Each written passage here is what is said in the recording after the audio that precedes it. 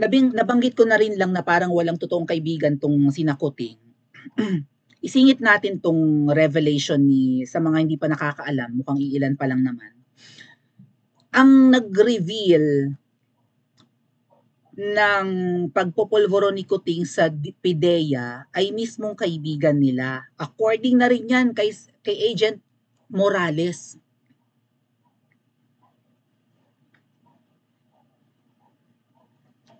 Nung unang punta namin sa Liwasang Bonifacio, nandun si Agent Morales. Unang araw yata ng itong KOJC prayer rally sa Manila.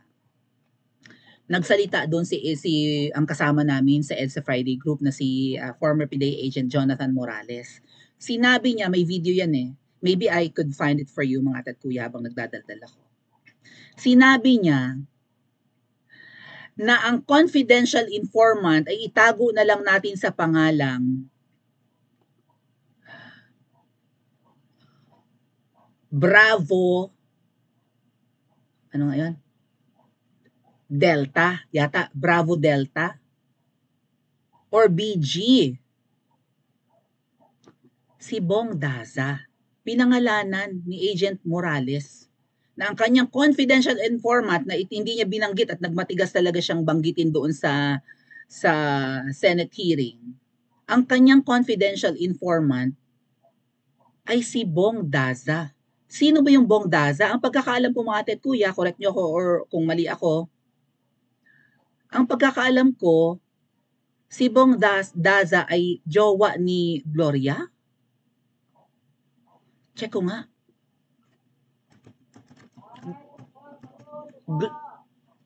Jowa ni Gloria Diaz? So magsalita kayo, Gloria Diaz. Right? Bong Daza. So anak nila yung napakagandang si Isabel Daza? Okay, nakita ko ng picture. Share ko sa inyo. Bear with me. Screenshot. And then share ko sa inyo. Kung hindi ko man mahanap yung video. Pero pinangalanan po ni Agent Morales. Bakit ko binabanggit to? Kasi sa ginagawa ng mag-asawa, kung totoong sila'y may bisyo, wala silang totoong kaibigan. And even yung pinsan ni Kuting na si Tambaloslos, mukhang nagtitake advantage sa pagiging bangag niya. Kaya kamag-anak, kay kaibigan, mukhang wala silang totoong taong concern sa kanila. Only Bong Daza.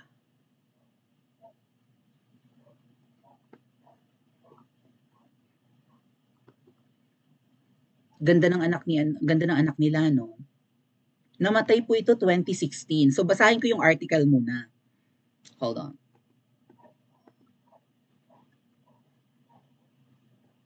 Kamag-anak ni Kuting to? Oh. President Marcos and his best friend, Bong Daza, were cousins. Magpinsan.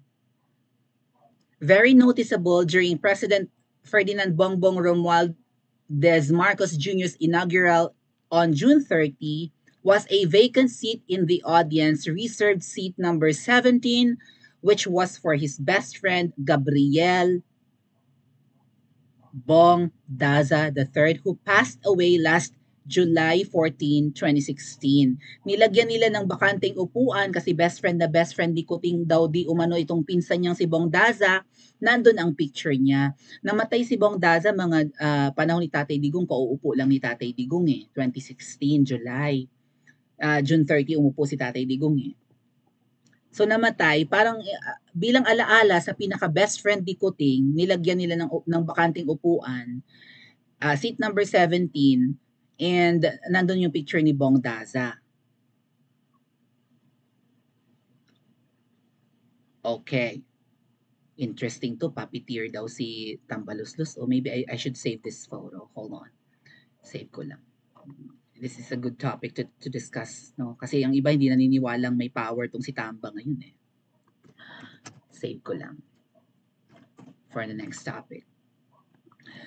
So anong sabi ng article dito? Basahin ko lang sa inyo mga tatkuya. Napakita ko na ba? yung article na ni Jose Alejandrino.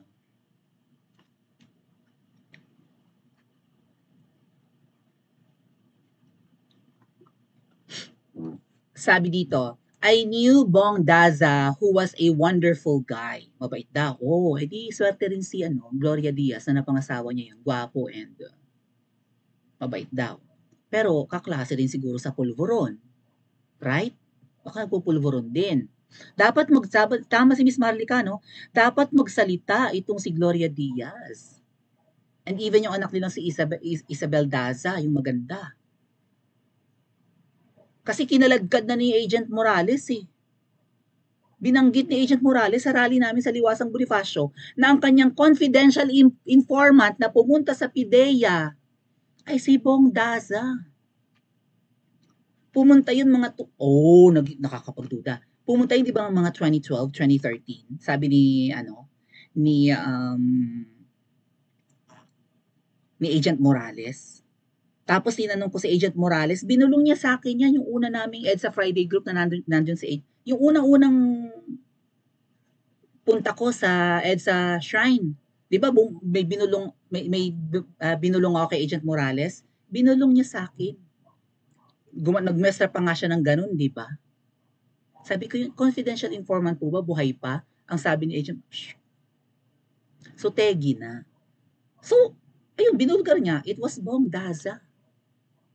So, magsalita ka, Ma'am Gloria Diaz, Miss Universe. And even you, Isabel Daza. Magsalita kayo, kinakaladkad na kayo ni Agent Morales. Oh. At dahil nga raw, totoong kaibigan niyan at pinsan pa pala ni Kuting, pumunta na sa PIDEA itong si Bong Daza, nakausap ni Agent Morales, nagbigay ng 5 pictures. So, ibig sabihin mga ate at kuya, yung picture na nakatabi sa PIDEA, even yung, di ba, yung sworn statement, ay galing kay Bong Daza. Baka nga yung pulveron video ni Miss Maharlika, galing kay Bong Daza yun. Yung suminghot si Kuting na naka-olive green ng polo, and then tumingala after suminghot. Di ba, gumanon siya.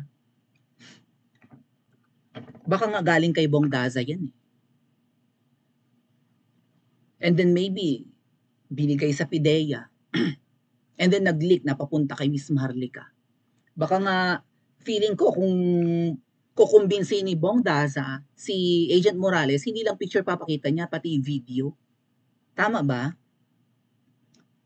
So, yan ang totoo niyong kaibigan. Hindi ka tumitigil, baka may iniinda na sa katawan si Bong Daza. Sabi niya, para magbago, i-ano ko na lang sa PIDEA. Isa-surveillance sa dapat niya. Pati si Maria nakaladkad, di ba? Pati si Maricel nakaladkad. Na doon daw nagja-jamming sa kondo ni Maricel sa Rizal Tower in Makati, sa Rockwell. What if mga ate at kuya si Bong Daza ay, basahin ko muna, bago ko sabihin. Oh. I knew Bong Daza who was a wonderful guy. I also knew his mother, Nora, who had an excellent Filipino restaurant in the left bank of Paris.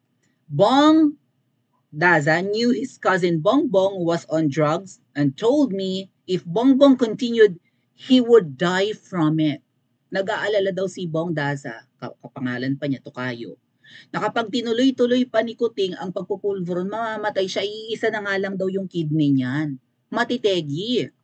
Well, it seems Bongbong nagko-continue sa pagpupulveron, and his brain is being affected by it. Kaya nga bangag eh. Wala sa tamang pag-iisip.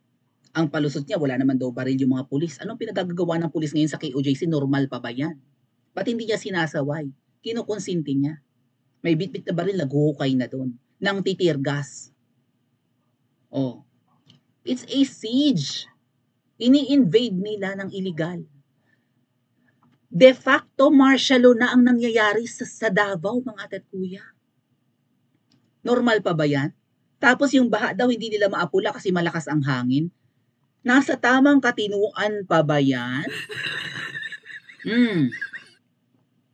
This is why I am having a strange premonition in 2025 Inday Sara will inherit the presidency, as I had posted earlier on my wall.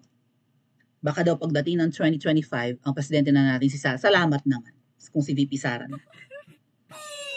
Pwede daw mategi si Kuding maybe by drug overdose. Or maybe ipategi talaga ni Tamba yan. Baka nga si Tamba pang tumegi dyan.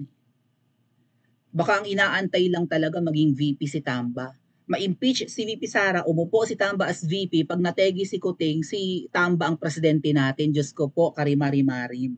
Kuting, mag-ingat kayong mag-asawa kay Tamba. Feeling ko nagtitake advantage sa inyong mag-asawa. Sino lang ba naman ako para pakinggan mo, Kuting at ahas. But feeling ko nagtitake advantage si Tamba sa bisyo nyo. Wala kayong matinong kaibigan, ang nag-iisa nyong matinong kaibigan, pumanaw na, nakakalungkot. Ngayon mga ate at kuya, naghihinala ako, baka si Bong Dasa tinegi yun eh.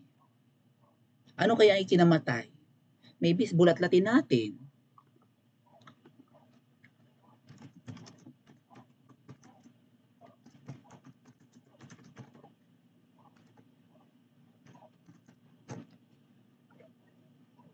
Bakit siya nategi bumbong?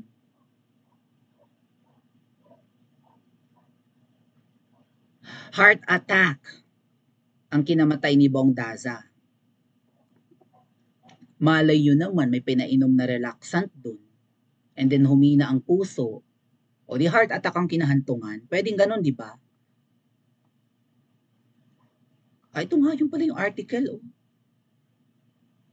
Namatay si Bong Daza of heart attack. Atake sa puso. Kinasal kay Miss Universe Gloria Diaz. Ang gwapo kasi eh. Parang Zoren Legaspi, no? Parang ganun ang tingin ko sa kanya ng kabataan. Zoren Legaspi, si Bong Daza.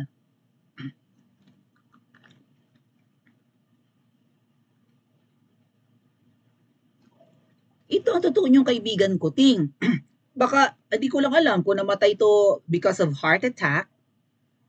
Pero baka mamaya nga, di ba, pinainom ng muscle relaxant. Kasi nagsumbong kay Agent Morales.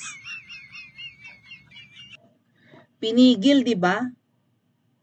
Pinigil yung casing and surveillance. Hindi natuloy na tiktikan ni na Agent Morales ang Rizal Tower in Rockwell, Makati. Natunugan. Nakaladkad ang pangalan ni Ochoa dito. Na ka-law firm ni Ma'am Shi, mga tat kuya. So baka hindi lang pagpigil sa surveillance ang nangyari, baka naresbakan si Bong Daza. Madam Gloria Diaz, Miss Universe. Baka ang asawa mo hindi namatay sa atake sa puso, baka ginurugur talaga. Hindi kayo hahanap ng hustisya? Or takot din kayo? Baka ginurugur. Namatay po siya mga July 2016, mga adat kuya. Teka, tingnan ko yung date ha. July 14, 2016. Kauupo lang ni PRRD. Hindi pa nag-iisang buwan si PRRD namatay si Bong Daza. Malay nyo, ginurgor. What do you think? Paki-comment nga po sa comment section at mag-like and subscribe din po kayo.